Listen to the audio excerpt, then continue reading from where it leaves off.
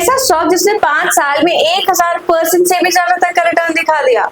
सिर्फ यही नहीं, जब पूरा मार्केट अनसर्टेन था, एफआईआईज इंडियन मार्केट में सेलिंग कर रहे थे, तब स्मार्ट मनी सीक्रेटली एक स्टॉक में अपना इन्वेस्टमेंट बढ़ा रहे थे। आज के ट्रेडिंग सेशन में हमने देखा सुज़लॉन एनर्जी के शेयर्स में एक अच्छा अप मूव देखने को मिला है और रीजन है एफआईआईज और म्यूचुअल फंड हाउसेस की बाइंग। तो अगर आप सुज़लॉन एनर्जी के शेयर होल्डर हो या फिर इसको बाय करने का सोच रहे हो तो इस वीडियो को एंड तक जरूर देखिएगा।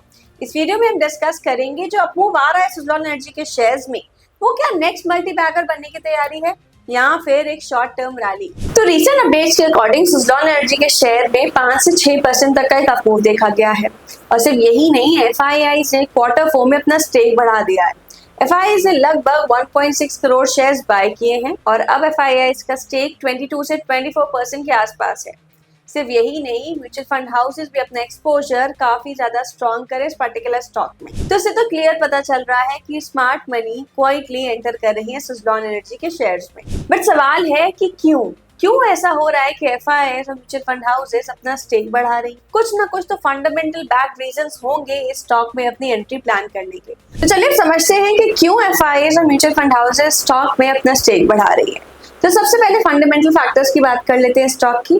तो रेवेन्यू प्रॉफिटेबिलिटी की बात की जाए तो रेवेन्यू ऑलमोस्ट 4200 करोड़ के आसपास रहा। ईयर ऑन ईयर बेसिस की बात की जाए तो 42% का जंप देखा गया है। बट वहीं प्रॉफिट रहा 445 करोड़ का।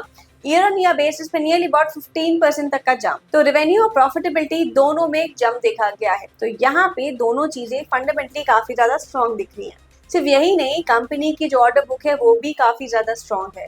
5+ गीगावाट की स्ट्रॉन्ग ऑर्डर बुक है। सिर्फ यही नहीं, कंपनी फोकस करती है स्ट्रॉन्गर एग्जीक्यूशन पे और साथ ही साथ ये एग्जीक्यूशन की वजह से उसके रेवेन्यू और प्रॉफिटेबिलिटी दोनों पे एक पॉजिटिव इम्पैक्ट देखने को मिला है। तो रेवेन्यू, प्रॉफिटेबिलिटी और ऑर्डर बुक के अलावा एक और चीज है जिसपे कंपनी काफी ज्यादा फोकस कर रही है और वो है डेट। जी हाँ, कंपनी एग्रेसिवली अपने डेट को कम करने की कोशिश करी और कम किया भी है।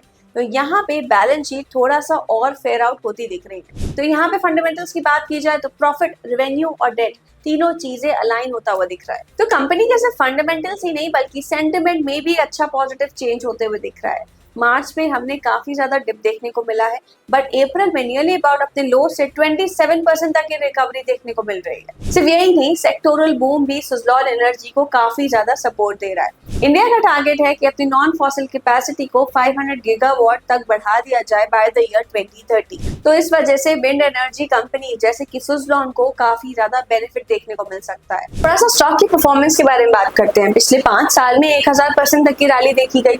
कोविड लो से ऑलमोस्ट 27% तक का एक अप मूव देखा गया है। इसका करंट प्राइस ऑलमोस्ट 49-50 रुपीज के आसपास ट्रेड कर रहा है और 52 वीक रेंज की बात करें तो ऑलमोस्ट 38 से 86 रुपीज का रेंज है। तो प्राइसेस काफी ज्यादा वोलेटाइल है। और सबसे इंपॉर्टेंट इंसाइट को समझते हैं, क्या एफआईआईज वीक कंपनीज में अपना इन्वेस्टमेंट, अपना स्टेक बढ़ाएंगे?